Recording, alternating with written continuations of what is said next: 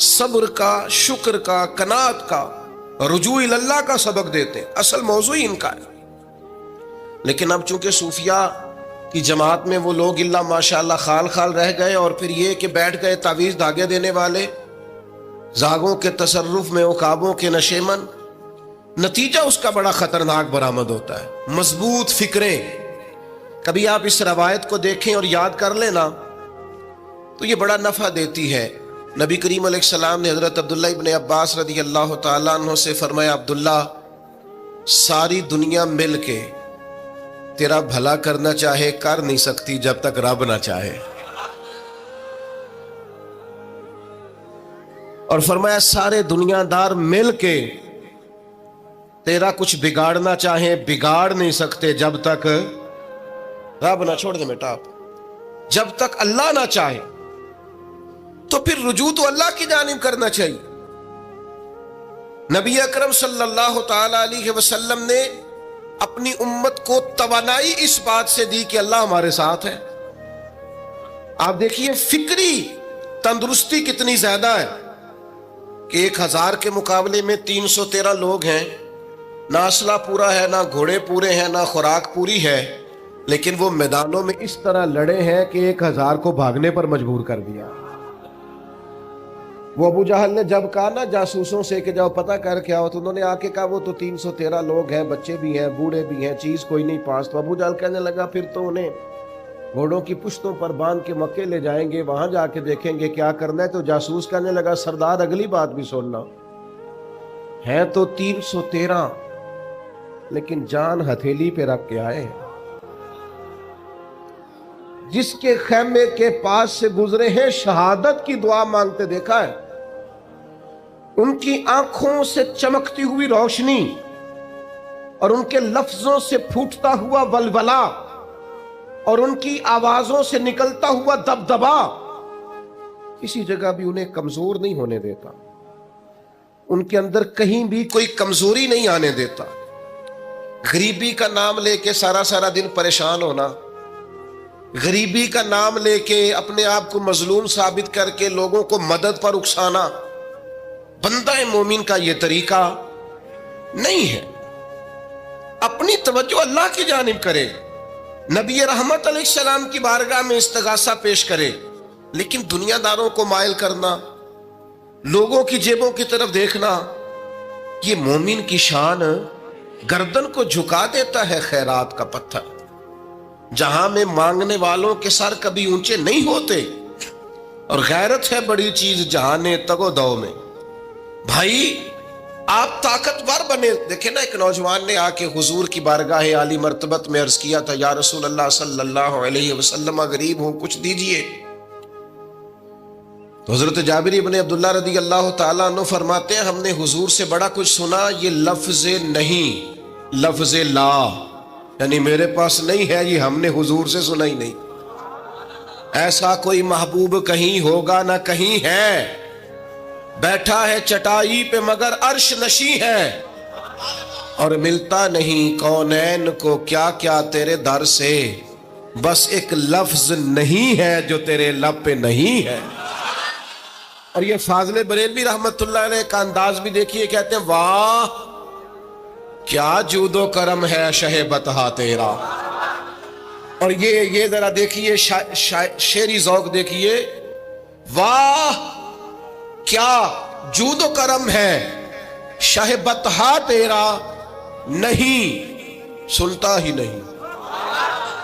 نہیں کیا انداز ہے. اب یہ کیسی زبان ہے اور کیسا یہ محاورے کا استعمال ہے. جو شعری ذوق رکھتے ہیں وہ سمجھیں، کہتے ہیں نہیں سنتا ہی نہیں. کون؟ مانگنے والا تیرا. یا رسول اللہ آپ سے مانگنے والا نہیں سنتا، حضور عطا کرتے. اور ایک جگہ پہ فرماتے ہیں میرے کریم سے گر قطرہ کسی نے مانگا، دریا بہا دیے ہیں دربے بہا دیے ہیں. حضور تو دیتے، پر نوجوان نے جب آ کے عرض کی نا یا رسول اللہ صلی اللہ علیہ وسلم کچھ دیجئے، وہ جوان ہو، چڑھتی جوانی ہو، اور پھر وہ سوال کرے. ہمارے ساتھ ایک دوست پڑھا کرتا تھا، یہ 3 مہینے کی چھٹیاں ہوتی تھی تو وہ مستریوں کے ساتھ مزدور لگ جاتا. ہم نے اسے کہا یار تو مطلب 9th 10th کے اندر مزدوری کرنے جانا, تو کہندا سی یار میں قد میرا ایڈا بڑا ہے, ان ابا جی کو مانگ دیا شرم آؤندی. یہ سوچ نوجوانوں میں پیدا ہونی ضروری ہے. اب میں ابا جی سے مانگوں, مجھے تو دینا چاہیے. اس نے آ کے عرض کی یا رسول اللہ صلی اللہ علیہ وسلم کچھ دیجئے, تو حضور فرمانے لگے تیرے پاس کچھ بھی نہیں. اس نے کہا ایک پیالہ ہے میرے پاس گھر میں اور ایک کمبل ہے. اتنا غریب بندہ ہے کوئی محفل میں جس کے گھر میں ایک ہی پیالہ ہو, ایک ہی کمبل ہو؟ کوئی بھی نہیں اتنے بڑے مجمع میں. لیکن اگر کوئی ہماری غریبی کا رونا پوچھے تو میرا خیال ہے ہر تیسرا بندہ دوسرا بندہ غریب ہے, اور بڑا ہی غریب ہے. ایک پیالہ ایک کمبل. کریم نے فرمایا لے کے آؤ. وہ لائے تو محبوب فرمانے لگے کون خریدے گا؟ ایک نے کہا 1 دینار, ایک نے کہا 2 دینار. محبوب نے بولی لگوا دی, 2 دینار کا بیچ دیا. فرمایا جا 1 دینار کی روٹی لے جا. یہ نوجوانوں کو فکر دی کہ وہ انویسٹمنٹ میں تم نے ذات سے اپنے گھر سے لینی ہے. وہ 10-15 ہزار کا ٹھیلا بھی کسی سے نہیں کہنا تو لگا کے دے. جاؤ 1 دینار کا کھانا لے جاؤ, 1 دینار کا کلاڑا خرید کے لاؤ. صحابہ فرماتے ہیں وہ کلاڑا لایا, پر نصیب دیکھو اس کلاڑے میں دستہ نبی کریم نے اپنے دستے مبارک سے لگایا. فرمایا جا جنگل میں جا کے لکڑیاں کاٹ اور بیچ, کھا بھی اور کھلا بھی, پی بھی اور پلا بھی, 10 دن مجھے نظر نہ آنا. یارو یہ کیا بات ہوئی؟ مایوس رہنا, کمزور رہنا, فلانے نے میرے ساتھ تعاون نہیں کیا تو میں پیچھے رہ گیا, فلانے نے ہاتھ نہیں پکڑا. تو اپنی دنیا آپ پیدا کر, اگر زندوں میں خود جد و جہد کر, میدان میں اتر, ہمت کر. حضرت حسن بصری رحمت اللہ علیہ کے پاس ایک نوجوان نے آ کے عرض کی حضور بس آج کے بعد میں نے کام نہیں کرنا. فرمایا تمہیں کیا ہوا ہے؟ کہنے لگا آج میں نے عجیب منظر دیکھا ہے. میں نے دیکھا ہے کہ ایک شیر نے شکار کیا بکرے کا, آدھا کھایا ہے, آدھا منہ میں پکڑ کے پہاڑی پہ چڑھ گیا. وہاں ایک نابینا لومڑی بیٹھی تھی, باقی کا اس نے اسے کھلایا ہے. تو حضور میں یہ سمجھ گیا ہوں کہ جو رب اس نابینا لومڑی کے لیے بندوبست کرتا میرے لیے بھی کرے گا, لہذا میں نے کام نہیں کرنا. حضرت حسن بصری بڑا مسکرائے, فرمانے لگے کہانی میں کردار تو نے 2 دیکھے, ایک شیر ایک لومڑی. فرمانے لگے کیا بات ہے تیری, تو نے لومڑی بننے کا پروگرام بنایا, شیر بننے کا کیوں نہیں بنایا؟ تو شیر بننا, شکار کر, خود بھی کھا دوسروں کو بھی کھلا. یہ کیا بات ہوئی؟ امت کے جوان فائلیں لیے دفتروں کے چکر لگاتے اور اپنی بغل میں کاغذات لیے امبیسیوں کے پھیرے کاٹتے اور ایجنٹوں سے سوال کرتے کہ مجھے ملک سے باہر جانا ہے, کیا طریقہ ہے؟ یہاں رہ کے بھی محنت ہو سکتی ہے, اپنی مٹی پہ چلنے کا سلیقہ سیکھو.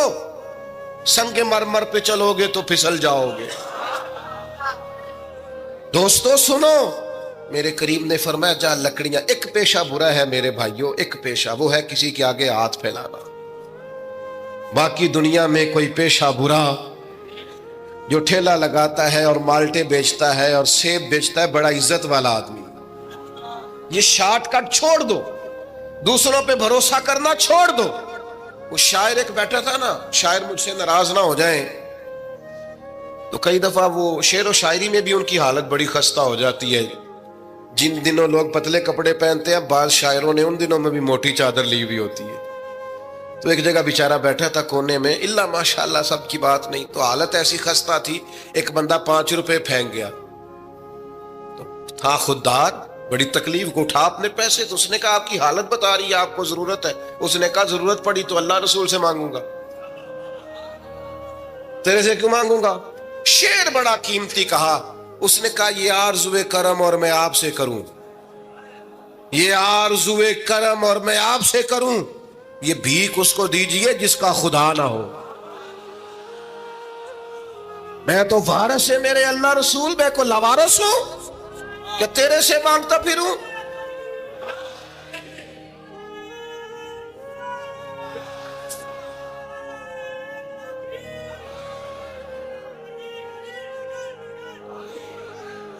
ماشاء اللہ ماشاء اللہ.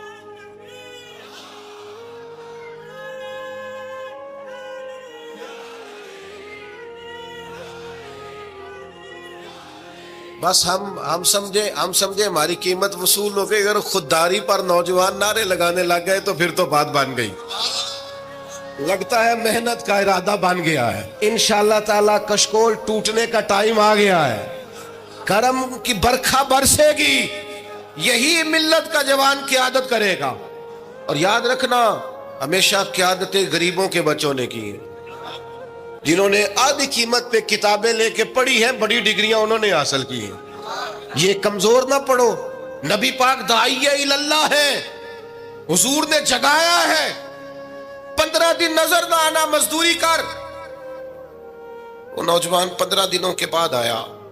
اب تیرا حال کیا ہے؟ اس نے کہا حضور پہلے ایک پیالہ تھا نا, اب سارے گھر کے برتن بن گئے. پہلے ایک بستر تھا, اب سارے گھر کے بستر.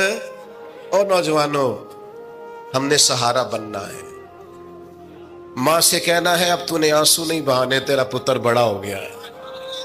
بہن سے کہنا ہے اب تو کبھی پریشان نہیں ہوگی, تیرا بھائی بڑا ہو گیا ہے. بوڑھے باپ کے پاس بیٹھ کے کہنا ابا جی بس اب آنسو پوچھ دو, آج کے بعد پریشان نہیں ہونا, پتر جوان ہے. اپنی بیوی سے بچوں سے کہنا کہ کسی خواہشات پوری کرنے کے لیے تمہیں دیر تک انتظار نہیں کرنا پڑے گا, ہم میدان میں ہیں. بس اپنی مٹی پہ چلنے کا سلیقہ سیکھو. سنگ مرمر پہ چلو گے تو پھسل جاؤ گے. نبی پاک نے محنت کو سپورٹ کیا ہے, مشقت کو سپورٹ کیا. حضور علیہ السلام نے فرمایا سب سے بہترین کمائی وہ ہے جو تو اپنے 2 ہاتھوں سے محنت کر کے کھاتا ہے. فرمایا اللہ کے نبی حضرت داؤد علیہ السلام محنت کر کے کمایا کرتے. سنگیوں کام کرنا. اور دوسری بات بھروسہ اللہ رسول پہ. بھروسہ, ادھر دیکھو میری طرف. دنیا داروں سے امیدیں لگا لیتے ہو بہت زیادہ, تو دنیا دار بندے بیچارے کمزور ہوتے ہیں. جی یہ الیکشن کے دن تھے, گزشتہ سے پیوستہ الیکشن جو گزرا ہے, تو میرا ایک پیار والا دوست بھی ایک ایم کے امیدوار کا بڑا ووٹر سپورٹر تھا. یہاں اس نے اس کا بیج فوٹو والا لگایا ہوا تھا. میں رات کو دیر سے جلسے سے لوٹ رہا تھا تو وہ کھڑا تھا باہر, اور اندر امیدوار صاحب تقریر کر رہے تھے. میں نے کہا ادھر آ. وہ آ گیا. میں نے کہا تو بڑا ووٹر سپورٹر ہے, جا تقریر سن جا کے. تیرا لیڈر تقریر کر رہا ہے, تو باہر گھوم رہا ہے. کہندا ہے پیر صاحب جھوٹ پہ ماردا جو سارے جھوٹ بول رہا ہے, کرنا کرانا کچھ نہیں. تو میں کہ یار جی ایڈے پکے ووٹر سپورٹر نو بھی پتا ہے کہ جھوٹ پہ ماردا ہے, تو ہم تو ویسے ہی سپورٹر نہیں ہیں. ہم نے تو کی محبت تو سیاست کا چلن چھوڑ دیا. ہم اگر عشق نہ کرتے تو حکومت کرتے. او بھائی, جب پکے ووٹر سپورٹروں کو امیدیں نہیں ہیں تو آپ کن سے امیدیں لگائے بیٹھے ہیں؟ آپ جدوجہد کریں, اور امیدیں اللہ رسول سے. نبی پاک علیہ السلام نے فرمایا جو رب پہ بھروسہ کرے گا اللہ کی رحمت اس کی کفایت کرے گی. وَإِن يَتَوَكَّلْ عَلَى اللَّهِ فَهُوَ حَسْبُهُ, وہ اللہ پہ بھروسہ کرے گا اللہ اس کے لیے کافی ہو جائے گا. ادھر دیکھو یار موبائلوں والے دوستوں, بات سنو. گھبراہٹ نہیں, ٹینشن نہیں, انزائٹی نہیں, ڈپریشن نہیں. مومن اور ڈپریشن, مومن اور انزائٹی, مومن اور ٹینشن. او جی مجھے پتہ نہیں مجھے کیا ہو رہا ہے, جی مجھے خوف آتا ہے. آپ کو خوف آتا ہے مومن ہو کے؟ آپ کو یہ کرونا کے دن تھے تو مجھے لے گئے ایک سرکاری ہاسپٹل میں, آپ کچھ یہاں بات کریں, لوگوں کو حوصلہ دیں. تو ایک ڈاکٹر صاحب مجھ سے کہنے لگے جی مجھے نہ تنگ جگہ بڑی گھٹن ہوتی ہے, تو موت سے بڑا ڈر آتا ہے, قبر تو بڑی تنگ ہوتی ہے. میں نے کہا ڈاکٹر صاحب کچھ بھی. کہنے لگے سانس ہی نہیں آتا, چاروں جانب سے بند ہے. تو میں نے کہا بچہ بھی تو ماں کے پیٹ میں سانس لیتا ہے نا. آپ نے تو سبحان اللہ کہا. وہ ڈاکٹر تھے, انہوں نے نہیں کہا. وہ کہنے لگی جو تے اماں لیندی صاحب. ہنستے نہیں جی, باتیں ہنسنے کو نہیں سنا رہا, میں فکری باتیں کر رہا ہوں. کہا وہ تو اماں آکسیجن لیتی ہے تو بچے کو جاتی ہے. تو میں نے کہا چلے ڈاکٹر صاحب وہ جو انڈے سے بچہ نکلتا ہے اس کے تو چاروں جانوں کوئی صورت نہیں ہوتی سانس کی.